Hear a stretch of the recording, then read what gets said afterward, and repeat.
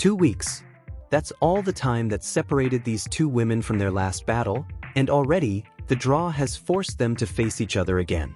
14 days ago, Iva Jovic walked off court Philippe Chatrier having just dismantled her own doubles partner, Alex Eala, in straight sets at Roland Garros.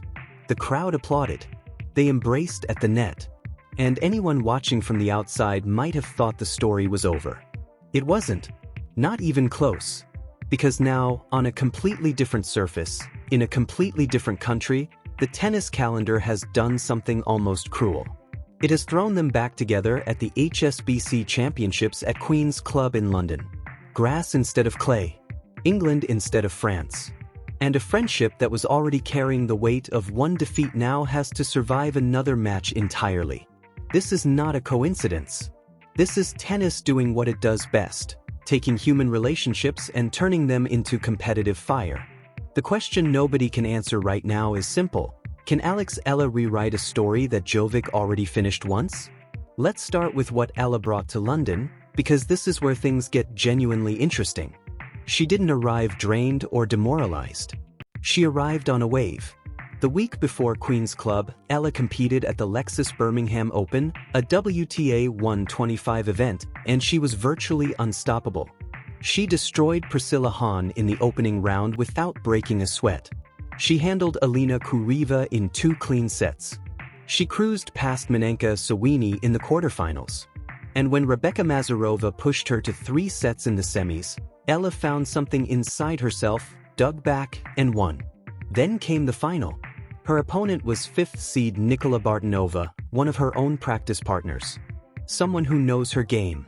Someone who had prepared for her specifically. Bartonova took the first set, 7-5. And for a moment, it looked like the fairy tale ending might slip away. But what happened next revealed something about Eala that the rankings don't show. She didn't panic. She didn't collapse. She reset. She won the second set 6-3. She won the decider 7-5. Title secured. First grass court title of her career. Second WTA 125 trophy overall. When she spoke afterward, she didn't celebrate like someone who had arrived. She said, "Lifting this trophy does not mean I will be among the greats yet." That one sentence tells you everything. This is a player who understands exactly where she stands and exactly how far she still needs to go. But here's what nobody was fully prepared for. 48 hours after that Birmingham final, Eala walked onto the grass at Queen's Club for her first-round match against Zhang Shui, ranked 64th in the world, a seasoned veteran who wastes nothing. And immediately, Eala fell behind. A breakdown. 2-0. The Birmingham momentum suddenly looked fragile. Like maybe the tournament high had already faded. What happened instead changed the entire framing of this week. Eala broke back. She found her range behind a first serve that won 17 points in that opening set alone. She held under pressure in the 9th game, facing 3 break points, and she didn't blink. She closed the set 6-3. The second set opened with chaos, 3 consecutive breaks, momentum swinging like a pendulum. But Eala won 4 of the last 5 games and finished 6-2. 6 straight wins on grass in 2026. Unbeaten on the surface all year. That streak isn't built on brilliance. It's built on something quieter. The right decision made at the right time, over and over again, until it becomes a pattern. Until it becomes belief. That is the player Iva Jovic faces in the round of 16. Now let's talk about Jovic, because her story in 2026 is the kind of story that makes people stop and stare. She entered this season ranked 27th in the world, already carrying a WTA title she won in Guadalajara at just 17 years old. Then came the Australian Open. Seeded for the first time at a Grand Slam, she beat Katie Volinitz, then Priscilla Hahn, then 7th seed Jasmine Polini, then Julia Putin. 4 rounds deep at Melbourne Park, and she was the youngest woman to reach the Australian Open quarterfinals in 19 years. 19 years. Then Aryna Sabalenka walked onto that court and handed her a 6-3, 6-0 demolition. And just like that, the gap between a remarkable tournament and true elite status was drawn in thick, unmissable ink. What followed revealed the real texture of Jovic's season. She reached the semifinals in Dubai. She went deep in Miami before Coco Gauff eliminated her in the fourth round. But she also lost early in Austin, dropped a puzzling match to Camila Osorio at Indian Wells, and fell to Talia Gibson in Charleston. At 23 wins and 12 losses entering Queen's Club, her record looks solid. But those 12 losses aren't random. They trace a pattern of concentration lapses that come without warning, in matches she should control. Then Roland Garros arrived. And something shifted. Jovic beat Ella in the first round. Then she erased Emma Navarro's 6-love, 6-3, a performance of complete tactical dominance. Then she pushed Naomi Osaka to a third-set decider in a match that swung wildly, went to tiebreaks, and only ended after every point had been fought for individually. She lost that Osaka match. But she didn't break. That distinction matters more than the scoreline. At Queen's Club last week, she opened against Croatia's Antonia Rusk and won 6-3, 6-4. It wasn't flashy. It was controlled, methodical. For a player still learning how to move on grass, still recalibrating footwork that was built for clay, a quiet professional win in round 1 might actually be worth more than a spectacular one. Now they meet again. And this time, the surface is the variable that changes everything. Here is the tactical conversation that will decide this match, and you need to understand it clearly. Alex Eala's serve is a documented weakness. In 2026, she has committed 77 double faults against just 21 aces. Her second serve winning percentage sits at 47.2%. At Roland Garros 2 weeks ago, Jovic attacked that serve relentlessly, winning 21 first return points to Ella's 10. She made the serve the center of her entire tactical plan, and Ella had no answer. But grass is not clay. And that is not a small distinction. On clay, a weak second serve sits up. It bounces into the returner's strike zone like an invitation. The rally extends. The server is punished. On grass, a well-placed first serve skids and stays low. It compresses the returner's reaction window. It rewards placement over power. Ella doesn't need to overpower Jovic. She needs to locate corners, keep that first serve percentage above 60, and take away the lane that gave Jovic so much room in Paris. In the Shui match this week, Ella did exactly that. 17 first serve points won in the opening set. A service hold under 3 break points in Game 9. That kind of serving grit carries real psychological weight on grass, where every hold feels harder to earn and every break feels more decisive.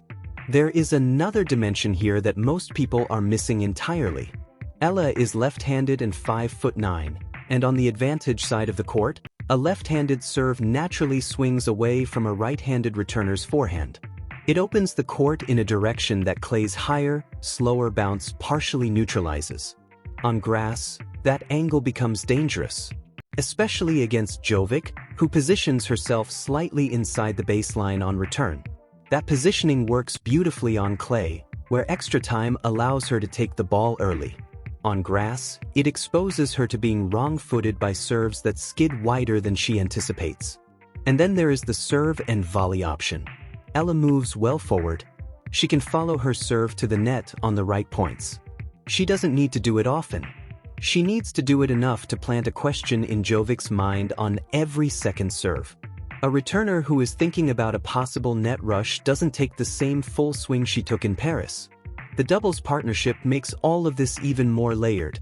These two have stood at the net together in Auckland and Indian Wells. They have watched each other's serve under pressure at close range. Jovic knows where Ella goes on the deuce side when things get tight. Ella knows which body serve Jovic favors at advantage. That mutual intelligence doesn't level the playing field. It amplifies the advantage of whoever reads the other more precisely on the day. At Roland Garros, Jovic read everything, comprehensively. Can Ella change enough in 2 weeks to disrupt that? Jovic's path to winning is simpler, which is itself an advantage. She is ranked 14 places higher. Her serve has genuinely improved, reportedly gaining 10 miles per hour in speed over the past 12 months, with her backhand adding 6. If she pushes her first serve percentage towards 60 or 65%, she removes the one tactical lane that gives Ella the most hope. If she defends her service games without stress, waits patiently for Ella's second serve to appear, and builds the same cross-court pressure that suffocated Ella in Paris. This match ends the same way, just faster and on a different color surface. But here is where I have to be honest about the thing the numbers cannot measure. Ella's coaching team at the Rafa Nadal Academy in Mallorca didn't have enough time between Birmingham and this match for a complete tactical overhaul. What they had time to do is review the Roland Garros tape and find the moments where the surface, not the player, did the damage. Every rally that reached 12 shots because clay slowed the winners. Every second serve that bounced into Jovic's strike zone instead of skidding through it. Every ball that sat up and waited to be punished. Those moments don't disappear because Ella becomes a different player overnight. They disappear because grass becomes a different editor. It cuts rallies shorter. It rewards servers. It punishes returners who guess wrong. Ella doesn't need to be a new player. She needs the surface to rewrite the same story differently. The winner of this match faces a probable quarterfinal against second seed Amanda Anisimova, the 2025 Wimbledon finalist. That is a different scale of challenge entirely. But neither of these women is thinking about Anisimova right now. They are thinking about each other. A player who lost badly and believes the surface can change everything. A player who won comfortably and intends to prove that the result had nothing to do with the surface at all. They know each other's serves. They know each other's tendencies under pressure. They have sat together in locker rooms, laughed together at practice, and supported each other through losses that had nothing to do with either of them. And in a few hours, they will walk onto a grass court in West London and try to beat each other as cleanly as possible. The grass doesn't care about any of that. It will do what it always does. Speed up the ball. Compress the time. Force both women to commit to their decisions faster than either of them would prefer. And in that compressed, unforgiving space, someone will find something they didn't have in Paris. The only question is which one.